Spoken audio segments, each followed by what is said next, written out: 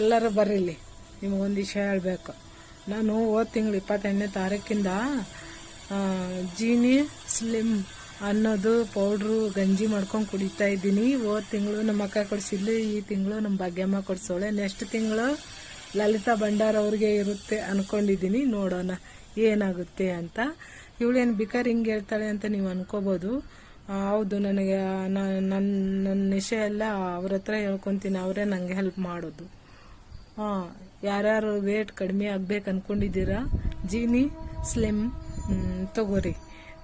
ನನಗೆ ಕಾಲು ನೋವು ಇಲ್ಲ, ತೂಕ ಕಡಿಮೆ ಆಗಿದ್ದೀನೋ ಎಲ್ಲ ಗೊತ್ತಿಲ್ಲ, ಆದರೆ ನನ್ನ ಕೈಯಲ್ಲಿ ದಾರ ಎಲ್ಲ ಫುಲ್ ಲೂಸ್ ಆಗಿದೆ.